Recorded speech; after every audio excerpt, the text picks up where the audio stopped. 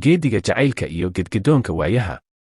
Uuse waa arday ka soo jeeda qoys danyar ah, duruufta iyo waayaha adag ee noloshiisa ku gadaamani marnaba kama hor istaagin in aqoontiisu sii hanaqaado. Fasalka afraad ee dugsiga sare ayuu imtixaan u fadhiistay, waxa uu sugayaa natiijada. Waa uu ishubaa oo kama warwar qabo in uu buundo hoose keeno, waxaase culays ka saaran yahay geediga waxbarasho ee ku soo foolka leh, qarashka oo 5 jeer kordhaya, isaguna aanu itaal u hayn ayaa shiddo ku haya. Maalintii dhibcaha uu keenay loo yeedhiyey waxaa ku soo xoomay walaac iyo wixii warwar waayuhu ku waageeray. Waxa uu istusay isaga oo tartankii aqoonta ee uu muddada badan u soo dhabaradaygay dib uga dhacay. Aqoon darro ka reebi mayso ee aynigii isaga ayaa ugu tun weyn, waxaase loogu dawgalay bahasha lacagta la yidhaahdo. Ma hayo wadiiqo ku ridda halka uu rabo. Jeebkiisa oo madhan ayaa wegerta baday, balse Allaweyne ayuu wakiishay si uu uga kor qaado wakhtigan cakiran ee culayska walaal uga dhigay. Raacdo dheer ayaa uu galay, cid kasta oo hayntooda uu tuhmayeyba waa uu la xidhiidhay, dalabkiisii dheg jalaq looma siin, quus iyo qaraacan buu soo istaagay. Markii xaaladdu ku cakirantay, qof qarashka waxbarashada ka kafaalo qaadana uu waayey, waxa ay asxaabtiisu kula taliyeen in uu xooggiisa wax kula soo baxo. Halkee ayaa uuse shaqo ka helayaa? Inta karaankiisa ah waa uu isku dayey, darbi aan la mari karin ayaa ka hor yimi. Ma duni ehelnimo iyo qof aqoon wax la isku siiyo ayuu u badheeri karaa. Xeerkii qabiilka iyo qoqobka ku dhisnaa ayaa qoobka ka xidhay. Arrinkiisu waxa uu iskugu soo biyo shubtay halku dhiggii ahaa, cidina uma maqna, ceelna uma qodna. Isaga oo caloosha ka gooyey jaamacad iyo gelisteed, ardaydii faciisa ahaydna mar hore ay isdiiwaangeliyeen, ayaa alle jid u bixiyey. Oday ay aabbihii saaxiib dhow ahaayeen ayaa soo wacay. Waxa uu ugu bushaareeyey war farxad leh, lacagta ku baxaysa jaamacadda in uu tunka u ritay, ayaa uu u sheegay. Daqiiqadihii telefoonka yididiilada xambaarsani ku socday, waxaa ku soo goobtay dareen farxadeed, rajadii naxashka saarnayd ayaa dib u soo noolaatay. Habeenka warka loo sheegay waxa uu ku naaloonayay neecawda aqoonta iyo nasrigii uu muddada badan sugayey oo soo daahiray. Markii uu waagu sidaa u baryeyba jarmaado ayaa uu ku dhuftay, jaamacaddii oo isdiiwaangelintu weli socoto ayuu cawadiisa ku beegmay. Si wacan inta loo soo dhoweeyey ayaa arjiyadii laga qabtay. Nidaamka ay jaamacaddu wax u qaabisho oo dhan buu durduro ku maray. Kuliyaddii uu doortay ayaa uu ku soo baxay. Wakhtiga uu bilaabi doono iyo fasalka loo qoondeeyeyba hore ayaa loogu sheegay, markaas buu diyaargarow galay. Wiilal iyo gabdho ayaa ay fasal wadaag noqdeen. Waa wejiyo isku cusub oo aqooni iskugu laaban tahay. Firfircooni iyo furfurnaan inta uu iska baadhay ayuu ardayda dhex galay, durba dhalinyaro ayay isla jaan qaadeen. Saaxiibo ay kursiga ku jaaleen iyo kuwo kaleba waa uu yeeshay. Inkasta oo uu nin iska afgaaban oo qajilaad badan ahaa, haddana ma tubtudh yarayn. Hablaha oo meesha ku yaraa ayaa siiyey jaaniska iyo kalsoonida uu isku muujiyey. Gabdhuhu in ay naqaska kugu dhejiyaan marka ay ku harqiyaan ma hadal baa ka jooga. Kayrkayrka iyo hadalka oo kaa soo bixi waayaba sow iyagu sabab uma noqdaan. 5 gashaantimood oo keliya ayaa goobta ku weheliya wiilasha. 10 jeer ayaa laga badan yahay fasalka. Sadbursinyo ayaa meesha ka dhacday. Iyaguse waa ay isku kalsoon yihiin. Geesinimada ku jirta waxa aad ku garanaysaa halka ay isla taagan yihiin. Wiilashaba in ay ka sarreeyaan ayay isku haystaan. Gabannada hareeraha ka tuban hansal kama qaadaan. Meesha in ay ku yaraadaan waxaa sabab u ah aqoonta la baranayo. Horta cilmiga dhismaha iyo nashqadaynta guryaha dumarku miyay wax ku faraan? Waa 5 gabdhood oo birfiniin ka hadhay ah, fasalka iyaga ayaa ka hor libaaxeeya, wiilasha waxa ay iskaga xidheen geed. Maamulka kuliyaddu markii ay arkeen kartida iyo dadaalka midho dhalay ee ay la shir yimaadeen, waxaa mid ka mid ah horjooge looga dhigay kalaaska. Gashaanti Nimco la yidhaahdo, kaalinta koowaadna aan laga waayin ayaa alifle noqotay. Waa geenyo inta ay qun u baxday dherer iyo dhumucba alle isugu dheelitiray. Ardaydu inta ay isdhex galeen ayay jiibta iyo jaanta isla heleen.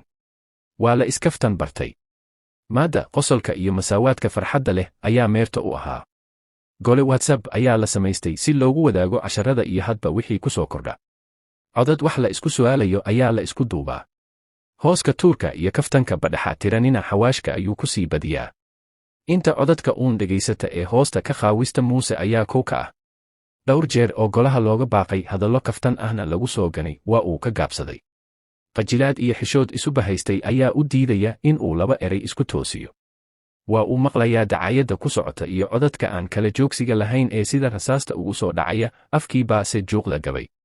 kama aamusaan fariimaha gujada xambaarsan ayay u soo miisaan iyaga oo ku maadsanaya oo leh muusow ma hablaha ayaad ka baqanaysaa anaga ayaa odhan doona la saayira ee soo gal marka uu midi intaa soo duubo ayaa uu mid kalena u jawaabaa waar muuse hadal kuma jiro ee inaga daaya nimco oo hablaha meesha ugu cadcad ka mid ahayd ayaa ka gubatay gujada ku socota muuse markaas bay luuqa fariin uga soo dirtay iyada oo gubaabinaysa oo leh waar muuse ragga iska celi oo soo hadal inta meesha ku jirtaa cid kale ma aha ee waa ardaydii uune hadalkeedii waxa uu geliyey kalsooni hiniinyo ayuu iska baadhay markaas buu sida gantaalka ku soo dhex dhacay golihii cod lala tacajabay oo duurxul iyo wax iska caabin isugu jira ayuu soo laliyey intii awooddiisa hadalka su'aal gelinaysay firkanax ayay ku noqotay intii kale ee nimco ugu horraysayna waa ay ku diirsadeen maalintaas wixii ka dambeeyey ma dhicin in uu ka aamuso goobaha hadalka iyo hawraarta la isku weydaarsado aqoonta rogroggeeda ka rungaadhkeeda rako sare ugu bixiddeeda iyo la rafiiqeeda waxa u dheer oo uu ka reeyey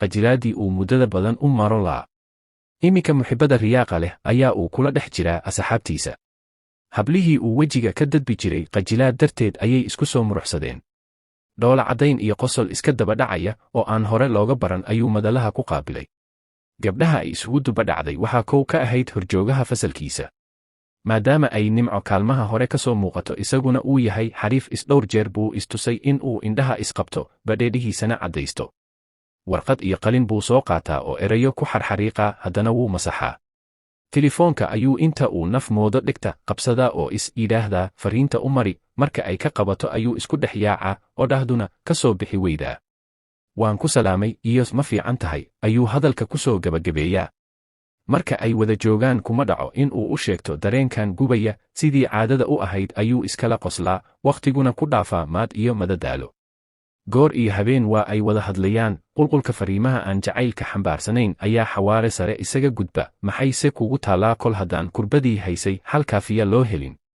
habeen talaado ah ayaa muuse saaxiibkii aroostay dadkii gaafka ka shaqaynayey ayuu ku jiray dumar la soo qaadayo iyo kuwa la celinayo ayaa xilkoodu saarnaa gaadhi ma wadan balse baabuurta joogtay ayuu kala hagayey markii la gaadhay xilligii carruusadda la soo gelbin lahaa ayuu gawaadhidii dhaqaajiyey gurigii aroosadda oo ehelkeedu heegan ku ahaayeen ayuu joojiyey intii baabuurta la korayey ayuu isaga oo dadka kala horaya hal mar ku baraarugay qof dhar cas ku labisan oo dhiniciisa taagan jaleecadii uu eegayba wuu aqoonsaday waa gacalisadiisii oo qurux la tiicaysa way isku naxeen dareen farxad iyo muxibbo xambaarsan ayaa la iskula soo booday waxa ay u sheegtay in gabadha la aroosayo ay ilmaadeer yihiin sidaana ay uga soo qayb gashay abaabulka iyo gurista dadka oo ahaa hawsha uu meesha u yimid ayuu u holladay iyada iyo intii la socotayba inta uu gaadhi saaray buu ku shubay hoteelkii markii alalasta iyo mushxaraddu isku duba dhaceen xafladduna cabbaar socotay ayay dibadda uga soo booday waa qof jacaylkeedu u muuqdo ee sacabka iyo tiririgta durbaanka ayay xamili kari weyday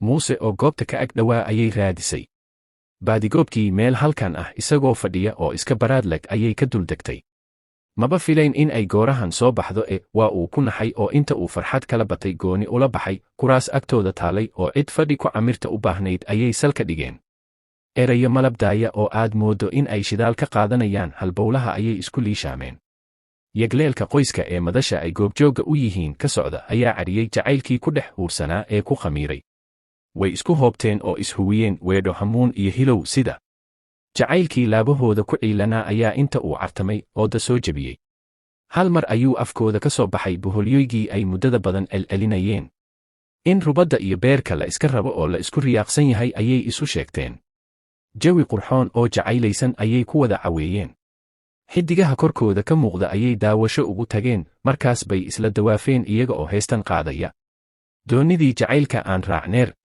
haynala dawaaftee ku soo bood dusheedayn isku dawaan doonnaa habeenkaasi waxa uu meesha ka saaray qaaquulkii iyo dareenkii khatarta ugu jiray in uu hagaaso qalbiyadii baqashadu ragaadisay ayaa badhaadhe ku laday subaxdiiba fasalkii ayaa la isugu soo galay xalay derbi adag oo kala hayay in ay iska leexiyeen oogadooda ayaa laga daalacanayay sidii hore isuguma ay soo dhiiran in la fahmo ayay ka warwarsanaayeen indho jacayl isma eegi karaan ayaa xaalkoodu noqday waxaa qalbiyadoodu kolba soo celinayaan xusuusta derbigii ay jebiyeen qaadaadhigga wakhtigii kala baqashada iyo xiisihii ku ognaa iyo sida markii dambe la isugu bururay jacaylkana oggolanaanshiyo iyo aag uu ka howlgalo loo siiyey muddo iyada oo jibbada cishqigu ognayd xubiguna xawaare sare jarayay ayaa xidhiidhkoodu u soo janjeersamay in uu afka saaro jidkii rajada ee lagu dhisi lahaa rug lagu tanaado iyo raas lagu nasto oo reero ku xididaan.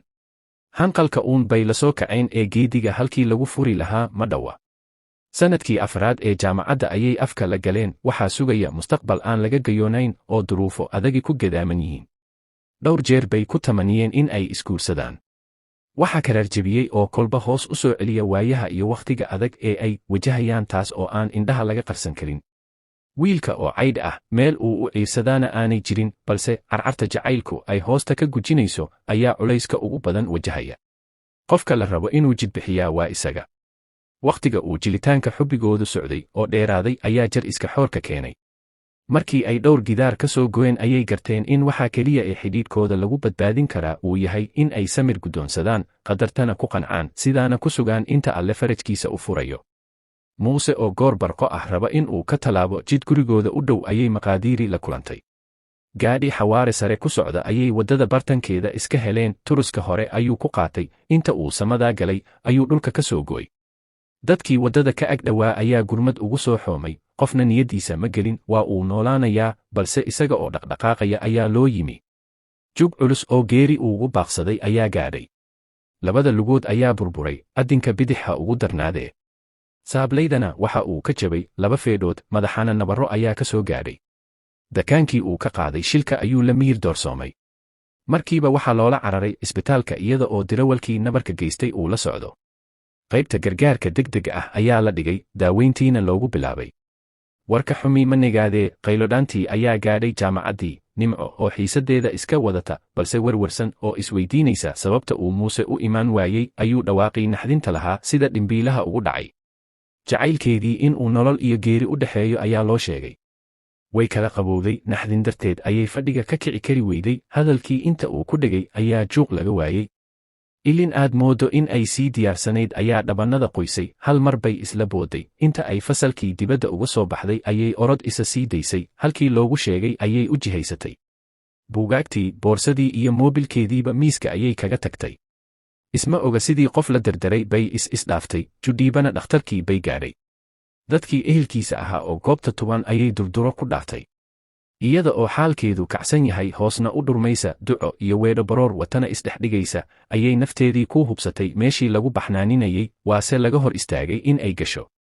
waxaa loo sheegay inta ay xaaladdiisu ka soo raynayso in aan cidna loo oggolayn gudaha. sugitaanka ayaa ku adag, waxa ay karaahiyasanaysaa inta ay taagan tahay. allow yaa mar qudha ku tusa oo indhaha kuu saara, ayay qalbiga kaga tawaawacaysaa. ilmo ayay hiqdahaysaa, tin iyo cidhib jidhkeeda dhidid ayaa qooyey. hanfiga iyo kulka haysta waxaa ku sii hurinaya aragtila'aanta iyo cidlada ay keligeed yuururto. agteeda qof murugada la qaybsadaa ma joogo. maalintii oo dhan bay ku dhammaysatay dhakhtarkii ilaa uu habeenkii ugu soo galay. xaalku waa sidii oo wax isbeddel ah lama hayo, booqashaduna weli waa mamnuuc. bal haddaba inantii nimco ahayd, gabalkii dunye, yaa meesha ka kaxaynaya. deeqa oo saaxiibadeed ahayd, alaabtii ay sidii ruux waalan uga soo carartayna daba sida ayaa u timi. ina mari, walaal, iska hoyanno muuse ilaahay buu leeyahaye, ayay kolba ka ag tidhaahdaa. xaalkeedu se waa shidanaaba shidan, uma jeedo oo wadhaaba ma hayso. agjooggiisa ayay taaggan nafis ka dayaysaa. biyo iyo gasiin dhuunta ma ay marin, dhibta haysata ayaa gaajadii ilow siisay. hooyadeed oo yaaban, telefoonkeedana ku soo waalatay, ayaa goor dambe oo mobilka oo dansanaa ay fureen soo wacday. canaan bay kala duldhacday. xilligan xaggee baad meeraysanaysaa? 5 mirir gudahood guriga aan kaa helo, ayay amar ku siisay. hadalka hooyadeed ma diidi karto 10kii habeennimo iyada oo daal iyo diifi ka muuqdaan ayay qolkeeda sariir taalay islaabtay. subaxdii markii waagu uu sidaa u beriyey ee ay quraacda reerka u dubtay, inta ay iska dhigtay qof jaamacaddii tegaya ayay wista ka laabtay. halkii laga filayey ma aha meel kale ayay ka fadkudisay. markaas bay dhakhtarkii toos u abbaartay. war farxad leh ayay ugu tagtay. in uu soo miiraabay, koomadiina ka soo baxay ayaa loogu bushaareeyey. booqashadii baa loo fasaxay. albaabkii inta ay garaacday ayay gudaha u gashay. qaar hore inta ay ka fadhiisatay, gacanteedana madaxa ka saartay, ayay si qiiro leh ugu tidhi, aad baan ugu faraxsanahay in aad indhaha kala qaado aniga oo korkaaga jooga oo weliba kuu jeeda. caafimaad aan baaqsan ayaan raxmaanka kaaga rajaynayaa. inta ay dul fadhido ilintinu way ka socotaa. markii ay waxoogaa la joogtay wakhtigii booqashadu uu dhammaaday salaaddii duhurna ay taagan tahay ayay sidii qof jaamacad ka soo rawaxay gurigii aaday kama food qaado dhakhtarka inta ay gurigooda joogtana gaadhka ayay ku jirtaa gelin hore iyo ka dambeba goobta way timaadaa lafihii jajabnaa ayay kabisi ku socotaa labada lugood mid ka mid ah oo laftu daqiiqda noqotay ayaa loo maaro la yahay si wal oo wax looga qaban karo waa la isku dayey quus baana laga soo istaagay waxaa qoyskiisii loo sheegay in lugtaasi jarniin noqonayso muusena isu beddeli doono naafo ehelkii way ku adkaatay in ay si fudud u qaataan go'aanka lugta lagaga geynayo inankooda ninkii shilka geystay oo gacanta ku hayay daaweyntiisa ayay ka dalbadeen in uu wiilka Addis Ababa u qaado jeebkiisa oo iska ladnaa awgii hawraarsan baa uu yidhi waxa ay qalqaalo u galeen sidii loo qaadi lahaa arrintaasi kama ay farxin Nimco oo ahayd qof dhibane u ah xanuunkiisa balse aan go'aan ku lahayn sheekadana ku jilaysa dhuumasho badanaa marka ay u imaanayso indhashareer ayay soo xidhataa si aan loogu mashquulin buuga wehel jacayl la soco qaybta dambe insha Allah barta guduudan guji suulka kor u taagan riix hadadka heshay waxaad tahay qof muhiim noo ah